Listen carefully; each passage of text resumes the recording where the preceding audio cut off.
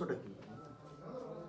দেখুন, গতকাল রাজ্য নেতৃত্ব, আমাদের সম্মানীয় রাজ্য সভাপতি শ্রমিক ভট্টাচার্য এবং রাজ্যের পরিবর্তন যাত্রার যারা পরিচালন কমিটিতে আছেন এবং বিরোধী দলনেতা শুভেন্দু অধিকারী, তারা রাজ্য থেকে প্রেস কনফারেন্স করে জানিয়েছেন যে আগামী 1 মার্চ থেকে রাজ্য জুড়ে পরিবর্তন রথযাত্রা শুরু হচ্ছে।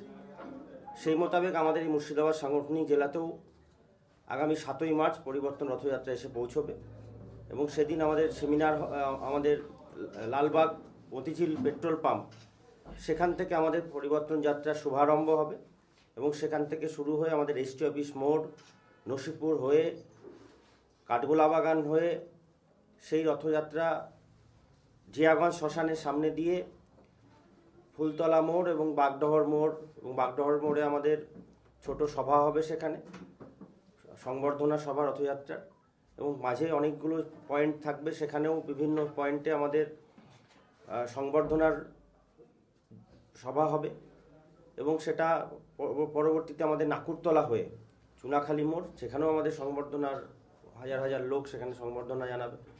তারপর সেখান থেকে বালিরঘাট হয়ে সেই রথযাত্রা ইসলামপুর রানীনগর বিধানসভার উপর দিয়ে, ডোমকল বিধানসভার উপর দিয়ে জলঙ্গিতে আমাদের সংবর্ধনা সভা হবে জোরতলা মোড়ে। সেখান থেকে প্রবেশ করবে এই রথ করিমপুর বিধানসভায় গোপালপুর ঘাট এবং আমাদের নটিডাঙ্গা মোড় হয়ে পুরনো বাস স্ট্যান্ড। সেখান থেকে আমাদের এই রথযাত্রা, সেখানে একটা বড় জনসভা হবে করিমপুরে প্রায় 10,000 লোকের জনসভা হবে। সেখানে আমাদের কেন্দ্রীয় কোনো মন্ত্রী বা কোনো রাজ্যের মুখ্যমন্ত্রী, এখনও যেটা অগ্রিম আমরা এখানে ঠিক করা হয়নি বলে আমরা সেই নাম জানাচ্ছি না আপনাদেরকে, সঠিক সময় সেটাও জানাবো। তো সেখানে কোনো কেন্দ্রীয় নেতৃত্ব, কেন্দ্রীয় মন্ত্রী অথবা কোনো রাজ্যের মুখ্যমন্ত্রী, এই বাকি যে 9টা রথ চলবে আমাদের বিভাগ অনুযায়ী, তো সব জায়গাতেই এরকম কোনো না কোনো কেন্দ্রীয় মন্ত্রী, কোনো না কোনো মুখ্যমন্ত্রী সব সাংগঠনিক জেলাতেই আসবে। তো এখানেও সেই মতো আসবে। আজকে থেকে আমাদের প্রচার অভিযান শুরু হচ্ছে। আমরা 2 তারিখে যুব মোর্চার ব্যানারে এই রুটে, যে রুটে আমাদের এই পরিবর্তন যাত্রা যাবে, সেই রুটে প্রায় 1000 বাইক নিয়ে আমাদের জেলার যুব মোর্চা বাইক মিছিল করবে। সেই সঙ্গে আমাদের বিভিন্নভাবে প্রচার অভিযান আমরা চালাচ্ছি। এই পরিবর্তন যাত্রার মধ্যে তৃণমূল অর্থাৎ বিরোধী দল হিসেবে আমরা তৃণমূলকে এই বার্তায় দেব যে বাংলার মানুষ পরিবর্তন চাইছে। এই যাত্রায় শুধু বিজেপির কার্যকর্তারা নয়, এই যাত্রায় সাধারণ জনগণ, সাধারণ মানুষও যোগদান করবে। সাধারণ মানুষও অপেক্ষায় আছে এই পরিবর্তন যাত্রায়, রথযাত্রায় স্বতঃস্ফূর্ত অংশগ্রহণের মাধ্যমে আগামী 26-এর নির্বাচনে তৃণমূলকে পশ্চিমবঙ্গ থেকে বিদায় জানাবে, মুর্শিদাবাদ জেলা থেকেও বিদায় জানাবে। সেই জন্য সাধারণ মানুষ প্রস্তুত হয়েছে। আজকে আমরা দেখেছি যে রাজ্যসভার নির্বাচনের জন্য তৃণমূল 4 জন প্রার্থী ডিক্লেয়ার করেছে। খুব অবাক লাগলো দেখতে যে বাঙালি কথা বলে যে তৃণমূল বাঙালি বিরোধী বোঝানোর চেষ্টা করেছে বিজেপিকে, আর তারা বোঝাতে চেয়েছে যে তারা বাঙালিদের জন্য একমাত্র পার্টি, যে তৃণমূল কংগ্রেস তারা বাঙালিদের জন্যই শুধু ভাবে। কিন্তু আমরা আগেও বলেছিলাম যে তৃণমূল শুধু মুখে বাঙালি প্রীতির কথা বলে বাঙালিদের ভোট নিয়ে বাঙালিদেরকে বোকা বানায়। সেই জন্য এখানে চাকরি নেই, কলকারখানা নেই, পরিযায়ী রাজ্য বানিয়ে রেখেছে। এখানে চাকরি হলেও চাকরি চলে যায়, প্রতি বছর টেট হয় না, এসএসসি হয় না।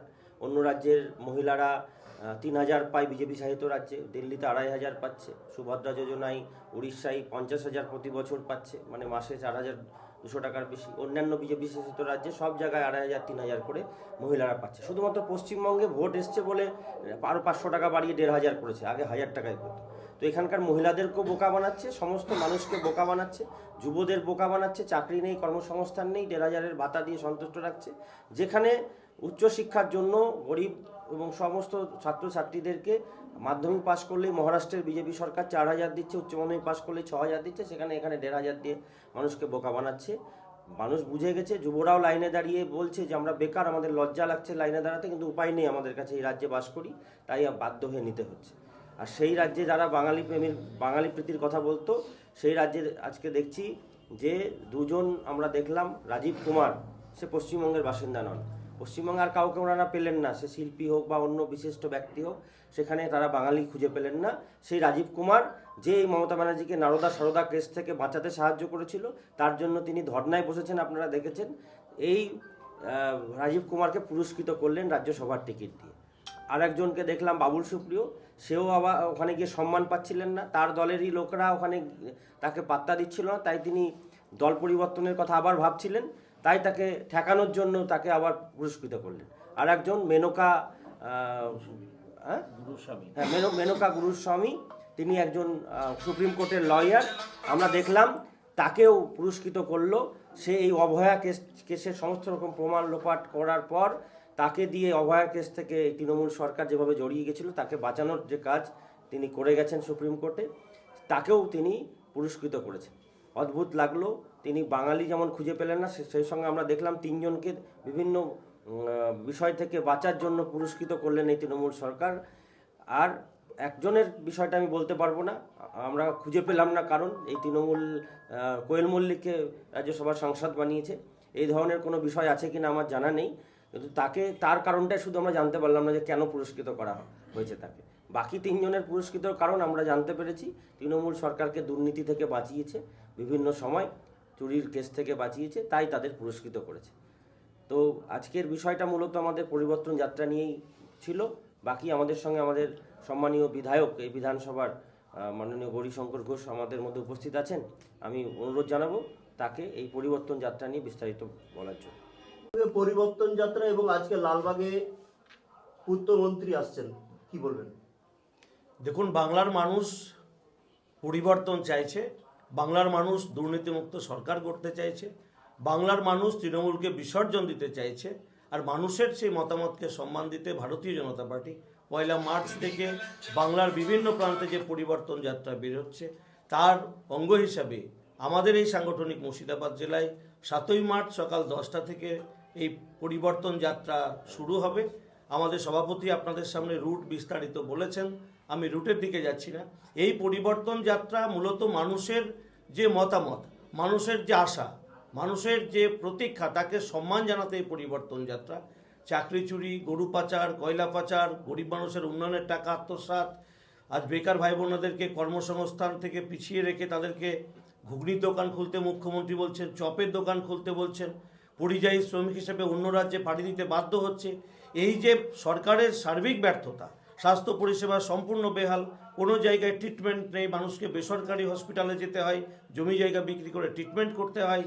আজকে বেশিরভাগ বাঙালিকে তাদের সুচিকিৎসার জন্য ব্যাঙ্গালোর যেতে হয়, দিল্লি এমসে যেতে হয়, উড়িষ্যা এমসে যেতে হয়। আজকে এই পরিস্থিতি থেকে পরিত্রাণ পেতে চাইছে বাংলার মানুষ।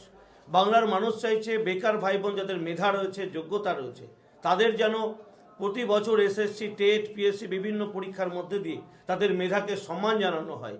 না তো এই তৃণমূল কংগ্রেসের বেশিরভাগ নেতা মন্ত্রী এই মেধাযুক্ত ছেলেদের চাকরি বিক্রি করছে 10 লাখ, 20 লাখ, 15 লাখ টাকায়। এখান থেকেও মানুষ পরিত্রাণ চাইছে। আর সেই কারণেই বাংলার মানুষকে পরিত্রাণ দিতে বিজেপি পরিবর্তন যাত্রা বের করছে।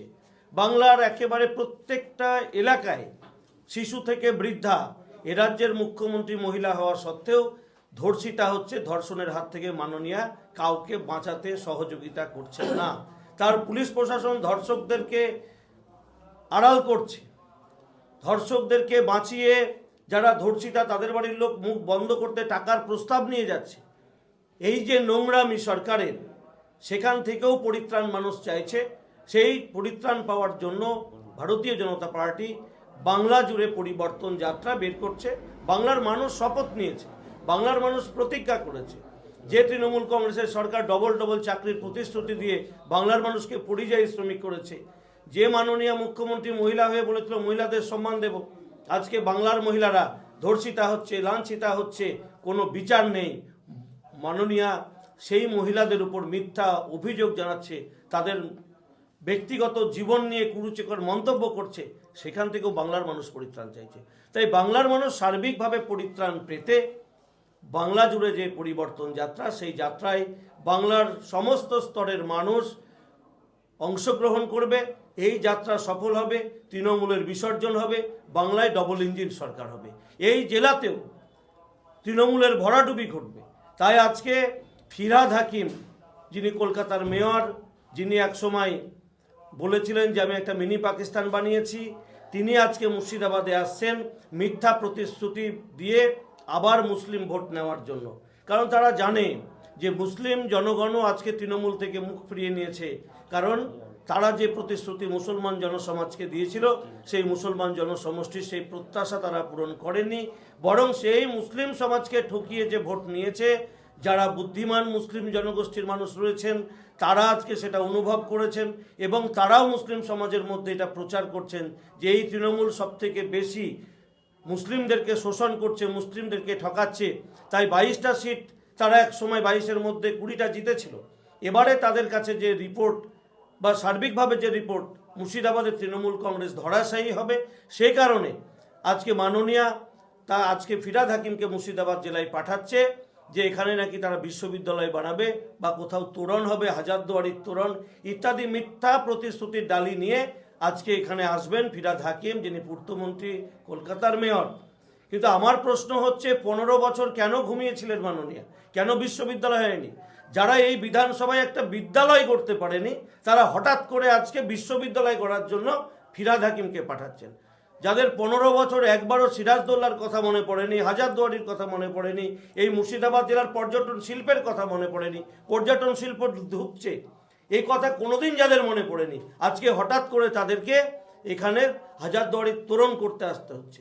এর কারণ হচ্ছে আপনারা সবাই জানেন যে ভারতীয় জনতা পার্টি 2021 সালের নির্বাচনের আগে এই মুর্শিদাবাদ বিধানসভা কেন্দ্রের যারা নেতৃত্ব ছিলেন তারা প্রতিশ্রুতি দিয়েছিল যে আমরা ক্ষমতায় আসলে নসিপুর রেল ব্রিজের কাজ সম্পন্ন হবে, রেল ব্রিজ দিয়ে রেল ছুটবে উত্তরবঙ্গে, আমরা নসিপুর হল স্টেশন পুনরায় চালু করব এবং সেই প্রতিশ্রুতি ভারতীয় জনতা পার্টি রেলমন্ত্রীর সহযোগিতায় সম্পূর্ণ করেছে। তাই আজকে মানুষ যেহেতু বিজেপির পক্ষে ছুটছে, আজকে সেটাকে ধামাচাপা দেওয়ার জন্য মানুষকে আবার একটা মিথ্যা প্রতিশ্রুতির ডালি নিয়ে ফিরহাদ হাকিম আসছে সেই সভা করতে। আমরা মানুষকে বলবো, মিথ্যা ভাষণে 15 বছর ধরে অনেক ঠকেছেন, এই বিশ্ববিদ্যালয় করার থাকলে তারা অনেক আগে করতেন। আজকে ভোট এসেছে, আর 10 দিন পর হয়তো ভোট ঘোষণা হবে, তাই তড়িঘড়ি করে বিশ্ববিদ্যালয়ের আজকে তারা মৌখিক শিলান্যাস করে মানুষকে একটা মিথ্যা প্রতিশ্রুতির পথে ঠেলে তাদের ভোট লুট করে আবার 5 বছর গরিবের উন্নয়নের টাকা চুরি করতে চাইছে, আপনার ঘরে ছেলে মেয়ের চাকরি বিক্রি করতে চাইছে, আপনার বাড়ির ছেলেকে পরিযায়ী শ্রমিক করে অন্য রাজ্যে পাঠাতে চাইছে। তাই সার্বিকভাবে আমি সব মানুষকে বলবো, এদের মিথ্যা ভাষণে প্ররোচিত হবেন না। এই সরকারটাই হচ্ছে চোরদের সরকার, এই সরকার হচ্ছে মিথ্যাবাদীদের সরকার, এই সরকার হচ্ছে বাংলার গণতন্ত্রকে হত্যা করার সরকার। সেই কারণে উনি যাই বলুন না কেন ওনাদের কথায় বিশ্বাস রাখবেন না। আর যদি বিশ্বাস রাখেন, যেভাবে আজকে প্রসাদপুর অঞ্চল, কাপাসডাঙ্গা, নতুন গ্রাম, ডাঙ্গাপাড়া, বাহাদুরপুর, আমাদের জিয়াগঞ্জ টাউন, মুর্শিদাবাদ টাউন, ডাহাপাড়া, মুকুন্দবাগের এলাকার বিস্তীর্ণ এলাকার মানুষ পানীয় জলের সমস্যায় ভুগছে। জল জীবন মিশনের টাকা 22-23 অর্থবর্ষ থেকে আজ পর্যন্ত কোথাও আজকে তারা জল জীবনের মিশনের কাজ সমাপ্ত করতে পারেনি, মানুষের বাড়িতে বিশুদ্ধ পানীয় জল পৌঁছায়নি। আজকে 2টো পৌরসভায় সজলধারা জল প্রকল্পের টাকা এসেছে, 90% মানুষ শহরের জল পায় না, জল কিনে খেতে হয়। তো এই যে ব্যর্থতা তাদের, এখানে সাব ডিভিশন হসপিটাল রয়েছে, সেখানে কোনো ডাক্তার নেই, বেড নেই, ওষুধ নেই। ব্লক হসপিটাল রয়েছে জিয়াগঞ্জে, সেখানে কোনো ডাক্তার নেই, ওষুধ নেই, ট্রিটমেন্ট হয় না, শুধু গেলে রেফার। সেখানে একটা বড় হসপিটাল ছিল লন্ডন মিশন হসপিটাল, এই তৃণমূল একটাও হসপিটাল বানাতে পারেনি, লন্ডন মিশন হসপিটালটাকে বন্ধ করে দিয়ে তার যন্ত্রপাতি তার দলের দুষ্কৃতীরা অবাধে চুরি করছে, লন্ডন মিশনের জায়গা দখল করছে। এ ব্যাপারে তাদের কোনো ভ্রুক্ষেপ নেই। আর নেই তার একটাই কারণ, যারা মেশিনপত্র চুরি করছে, যারা আজকে লন্ডন মিশনের জায়গা দখল করছে, যারা এই শহরের সমস্ত এনিমি প্রপার্টি জায়গা দখল করছে, দেবত্ব সম্পত্তি বিক্রি করে খাচ্ছে, যারা ওয়াকফের সম্পত্তিতে হোটেল বানাচ্ছে, তারা সবাই আজকে তৃণমূলের দুষ্কৃতিকারী বা তৃণমূলের ক্যাডার। তাই তাদেরকে সন্তুষ্ট রাখতে আজকে আইনের শাসন এ বাংলায় চালু নেই, এই জেলায় চালু নেই। এ বাংলায় লুটপাট চলছে, এই জেলায় লুটপাট চলছে। তৃণমূলের একাধিপত্য, তৃণমূলের নৈরাজ্য, তৃণমূলের এক নায়কতন্ত্র চলছে। এই জেলার মানুষ, এই রাজ্যের মানুষ বীতশ্রদ্ধ হয়ে তার পরিবর্তন চাইছে, আর সেই পরিবর্তনকে সম্মান জানাতে আমাদের পরিবর্তন যাত্রা। আর একই সঙ্গে আজকে যিনি আসছেন তার মিথ্যা প্রতিশ্রুতি মানুষ যেন বিশ্বাস না রাখে, মানুষ যেন সবকা সাথ সবকা বিকাশের উপরে বিশ্বাস রাখে। আজকে আমরা এই রাজ্যে ক্ষমতায় আসতে পারিনি, কিন্তু আমরা মোদিজির যে সবকা সাথ, সে সবকা বিকাশের সুফল এই জেলার মানুষ, কয়েক লক্ষ মানুষ এই সুবিধা পাচ্ছে।